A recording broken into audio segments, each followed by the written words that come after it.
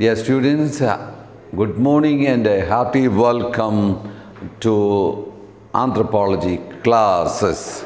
And we continue. But today, well, as you know, we had already taken the theme far ahead. The introductory part was over, the first section and the second section completely over, and we are with the third section. Just I would like to recap a little bit. For that only I have written here. The third chapter or the third main point under anthropology was the acting person towards an integral vision of man. So, integral means, yes, a very solid, composite, unified notion. Clear? So, towards an integral vision of man. Yeah, the acting person. We said something about the acting person. Yes, I don't know how to repeat it. I will be happy to repeat it, but then, well, it is not needed. And then, different dimensions of the acting person. So, acting person itself, well, it was almost 2 pages of explanations were there that I had summarized and given to you. So, after having gone through the acting person, what does it mean? Acting person, I also said, not simply like acting in a cinema or in a drama or something. No. Yes, the actions reveal the person. So, that way, acting, here we have taken the actions of human actions. See, not actions of man, human actions, and all that is. Okay, we go ahead. Then we said about the different dimensions of this acting person. While under that, the first point was the bodily factor. Clear? Yes, man is bodily as well spiritual. So therefore, the bodily factor we have taken, and yesterday, the complete session was devoted to the explanation of the first point, namely, man essentially incarnate, means in the form of carne, body. Man is in the form of body, carne, in Italian word also, body, clear. So, man essentially incarnate. He is embedded in a body. That is the point. And so that we have already completed. Therefore, look at this itself is a schema getting developed. That is the third division or the third chapter of anthropology. The most important section. The other things were the historical uncovering of the various dimensions of anthropology, how it got developed and all. But then this is a kind of philosophical reflection, the sound contemporary one. So, okay, here the acting person, the different dimensions. Well, we will come from the different dimension. We are taken up only the one. Clearly, namely he exists in the form of, in bodily form. And then there is also the second point with that one dimension, various dimensions. So then we will again go into, yes, after having explained that, we will go into 3, 2, yes, here one bodily factor we have explained, and then it will be, yes, 3, 2.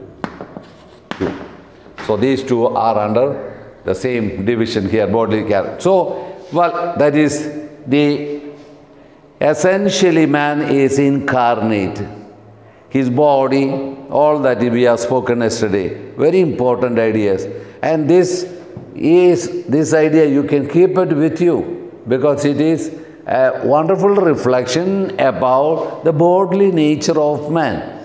Yes, you cannot understand a person apart from his physical appearance. I said about space and time and all I don't repeat it again. So, clear, we have seen that point. Second point will be, yes, man essentially incarnate. The second point under man, yes, throne existence in the world. throne existence in the world. So look at, essentially, you find the man in his bodily existence. That was the first point. And various aspects of it, a phenomenological study was done. And now we say, yes, man, again, a throne existence. Yes, what do you mean by throne existence? As something you find, someone you find yourself in this world as a given possibility. That is what he said. Throneness means that. Clear? Not that you are in your bodily appearance here without any content. Yes, as philosophy students, you will understand. Yes, you are with a content. You have something of your own. In other words, givenness. There is something, a very important point. In other words, you are born in a particular family of the particular parents. Yes, having a mother tongue of your own. Yes, again, food habits of your own. Various, yes, other elements such as your color, your shape. All these are given elements. It's not your choice. These things are part of the content of the person as you are. Therefore, the whole things together we call throne existence in the world. Clear? Throne existence. That is what is the content of this. Yes. Why at all we need to talk about these elements? Well, we need to talk. Well, if you are asked, what would you like for morning, as for breakfast? Yes. 5 students from 5 states will opt for 5 items. No doubt. That's the truth. Yes. Why? Yes, if you ask yellow rice or puliharam or whatever it is, you will be very happy. Tapioca and fish curry in another state. Dosha and chutney in another place, another state. Some people will ask, what is this yellow rice or puliharam? We may consider it as, oh, after all, what is it? No. It is part of the throne existence. I don't mean that yellow rice is part of throne existence, but then your preference for it is part of your throneness. That's the thing. You will understand it better as you move forward. Okay, whatever it is, all these things, I find myself here on earth in this particular culture with all these. Well, we can modify it. That is your freedom. That we will come to freedom later. But then, well, you cannot neglect it. You cannot forget it. You cannot bypass it or sideline it. Yes, a person will cling on to it. Or if he is given the freedom to choose, he will choose for it. So that's the thing. So in other words, yes, it's a throne existence. Don't think that freedom is an absolute freedom. No. There are limiting elements in human existence. And that is what is called throneness. The limiting elements in human existence is called throneness. You need to study by heart that sentence. And once you write that, well, you can explicate it. So limiting elements. Yes, in other words, this is how we said about body is a limiting element. In the previous class we have seen. Therefore, here too, yes, the limiting element, these are limiting elements. For another person it may not be the same. So, throneness, you will also, when you study, I think you are now the classes on existentialism. Yes, man is said to be in the crowd. And then, well, to exist means to stand out. So in other words, from the throneness you need to stand out. Yes, then you move forward. That's a different thing. But then, yes, the different dimensions of the acting person. One is bodily factor, means he is essentially incarnate. So you cannot dispense with your bodily existence. It's a given factor and you have it and it's part of your identity as a person. Therefore, I stop there. And then the second point is, yes, man, a throne existence.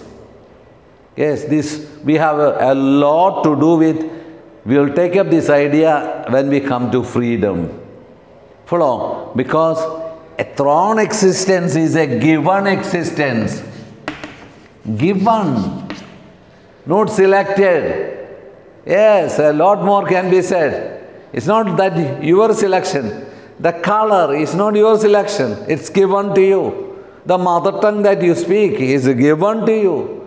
You are not, yes, oh my child, you are going to be born. What language would you prefer as your mother tongue? Nobody asked us.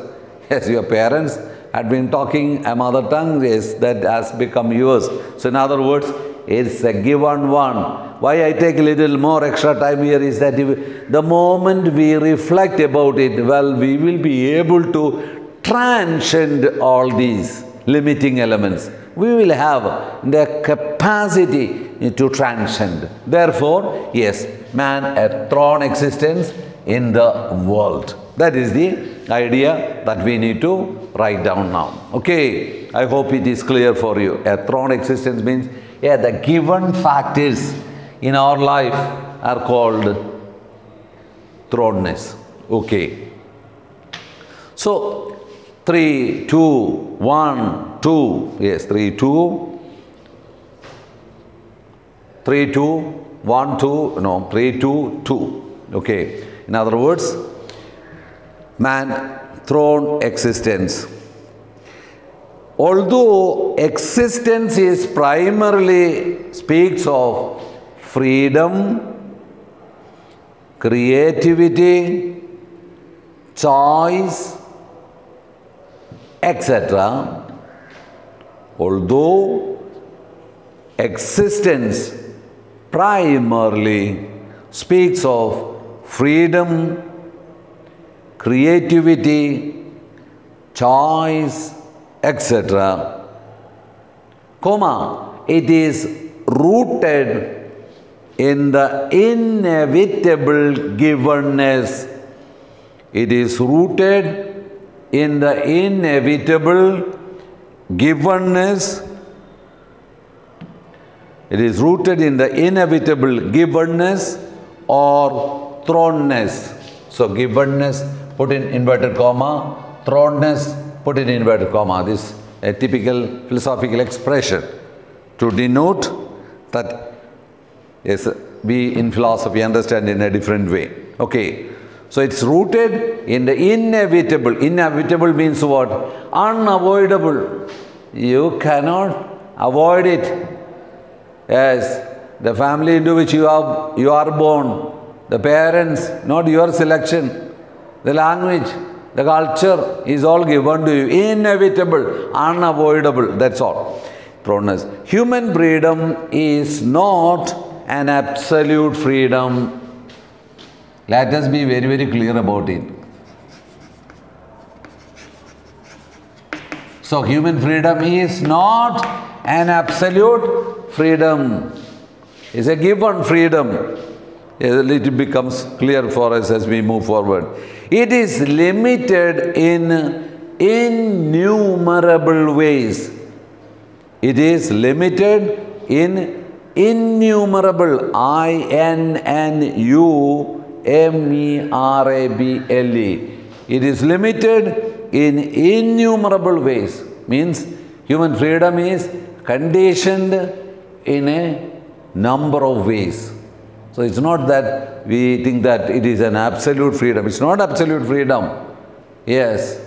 When you take, you can increase the litany of the numbers that limit us. Therefore, yes, innumerable ways it is limited. This limiting element in human existence is called,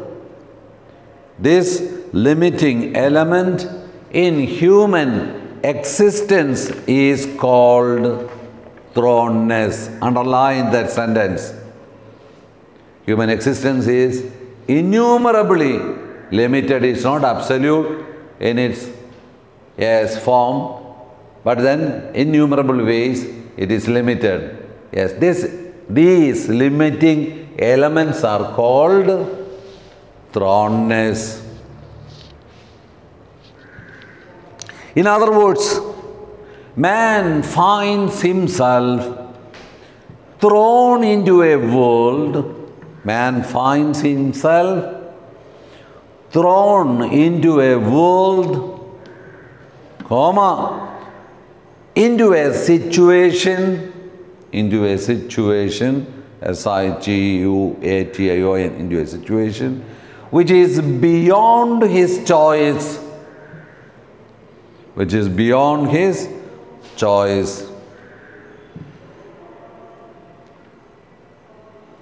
The given situation is an undeniable fact of human existence. Given situation is an undeniable fact of human existence. You can write down some of it. You should write down. You can make use of it for your meditation too. The material, personal, cultural, religious world. Yes. The material, personal, cultural, religious world into which one is cast, one is set in or sent, into which one is cast, shaped him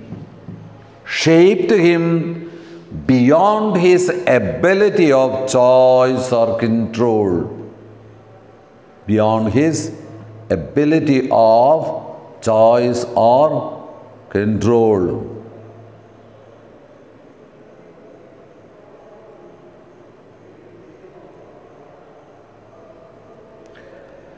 Possibilities are always given in some situation. Possibilities are always given in some situation. That is, what does it mean? They are rooted and limited. They are rooted and limited by that inevitable,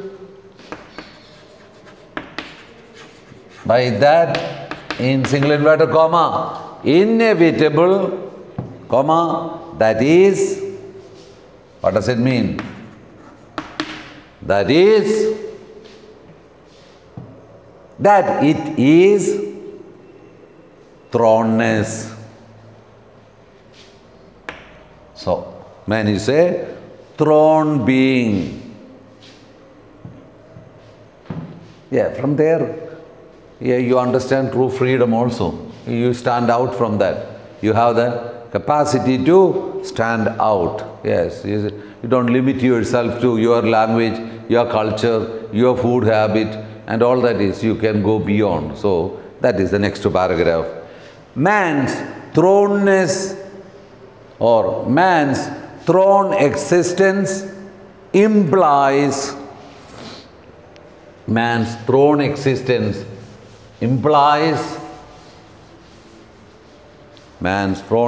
implies a standing out Yes, standing out. Yes. Existentialist philosophers would say, yes, existence means to stand out. That's the thing. Standing out in the world. So, in other words, you stand out of the limiting elements of your thrown existence. And that is what is called, yes, existentialism by the philosophers. As thrown existence, man is essentially being in the world. Yes. As thrown existence, man is essentially being in the world. So, we are at the heart of the contemporary thought. You cannot separate man from the world and world from man. So, you are said to be in the world. Therefore, yes, this world has to give him all what he needs to stand out, to be authentic within himself. So, you cannot separate these two. That's the point we are explaining. In the contemporary thought structure,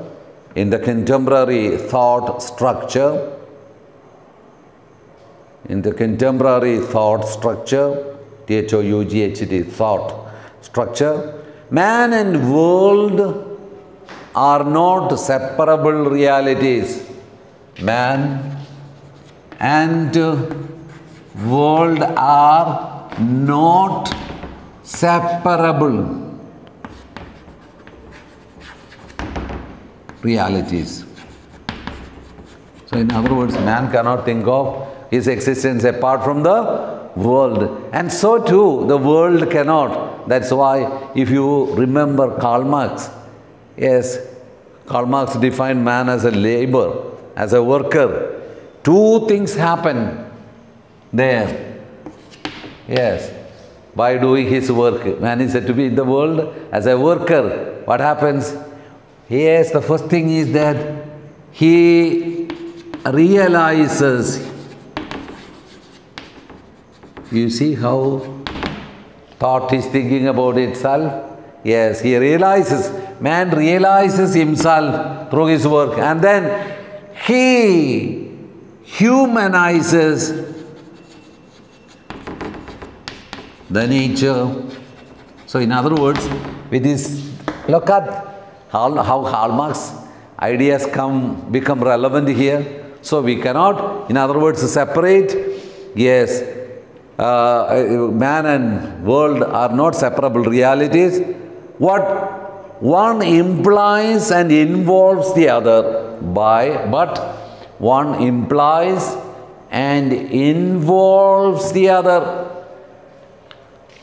One implies and involves the other. Yes, one cannot exist without the other. Involves, implies and involves. Look at, in this context, Karl Marx understanding of man as a worker, man is said to be in the world, and then what happens? Through his work, he realizes himself, and then he humanizes the nature. Nature is beautified, is given a better shape. So, in other words, look at the idea that we said, yes, in the contemporary thought structure, man and world are not separable realities, but one implies and involves. Implies and involves the other. In other words, man and world. So, keep this idea in mind. In other words, world is radically human. In other words, world is radically human and man is radically worldly. W-O-R-L-D-L-Y.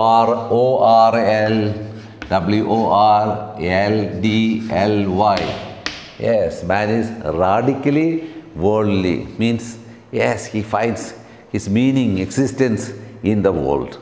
And the world is related to man. So that idea also, this Suppose if they ask, man, is a throne existence in the world? Well, these are the 2 points.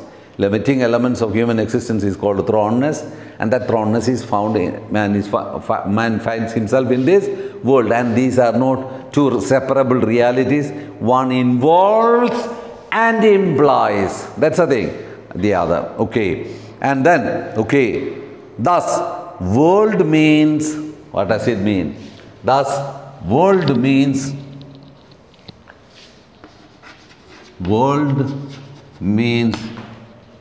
man in time.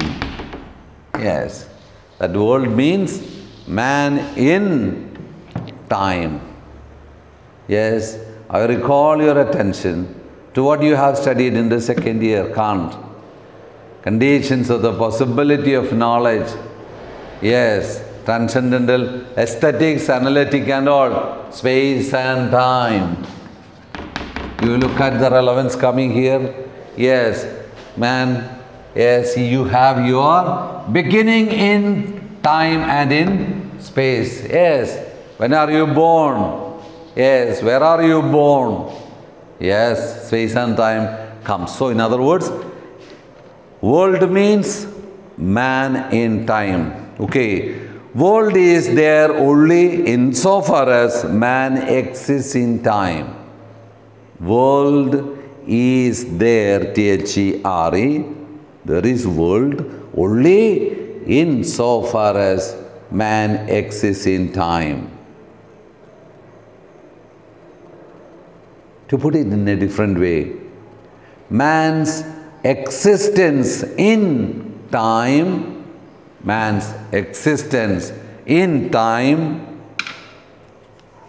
enables the world to be. Enables the world to be.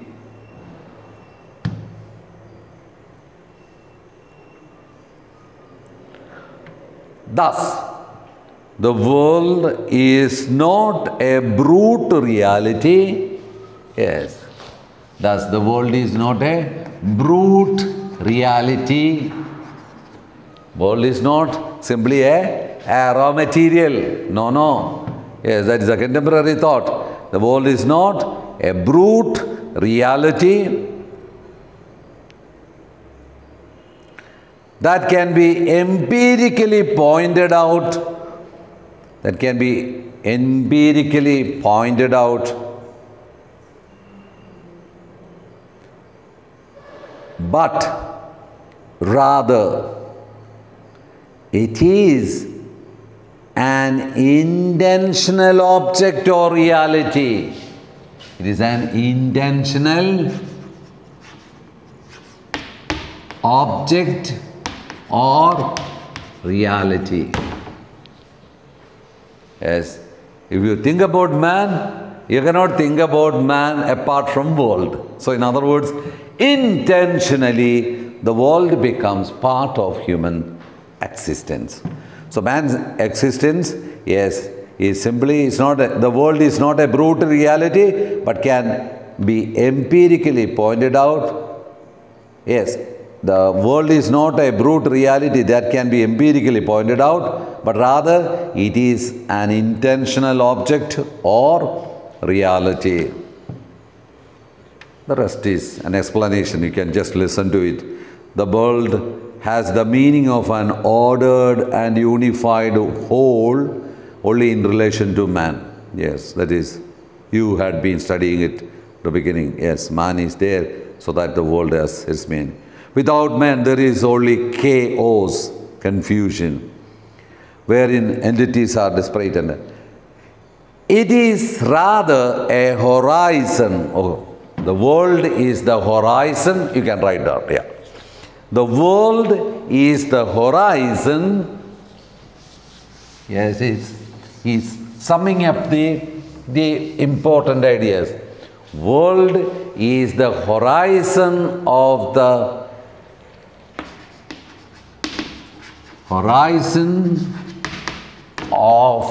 world is the horizon of the whereunto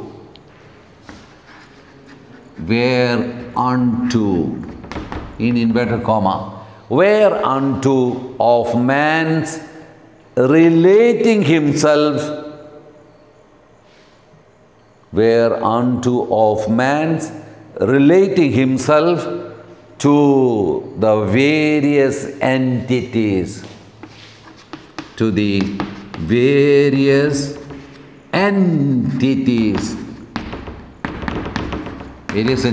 of the world. That's all. Yes, the rest of the world means the plants, animals, and the rest of the world. So in other words, it is within this homely atmosphere of the world that you find yourself. So that is man throne existence in the world. It's a very beautiful reflection, a philosophical understanding that you can carry it along until you die.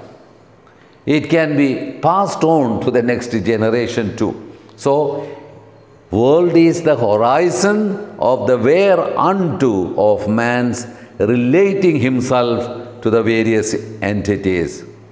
Yes. Now, we are slowly moving into the next one. That is why, yes, you can put it as well, conclusion of this.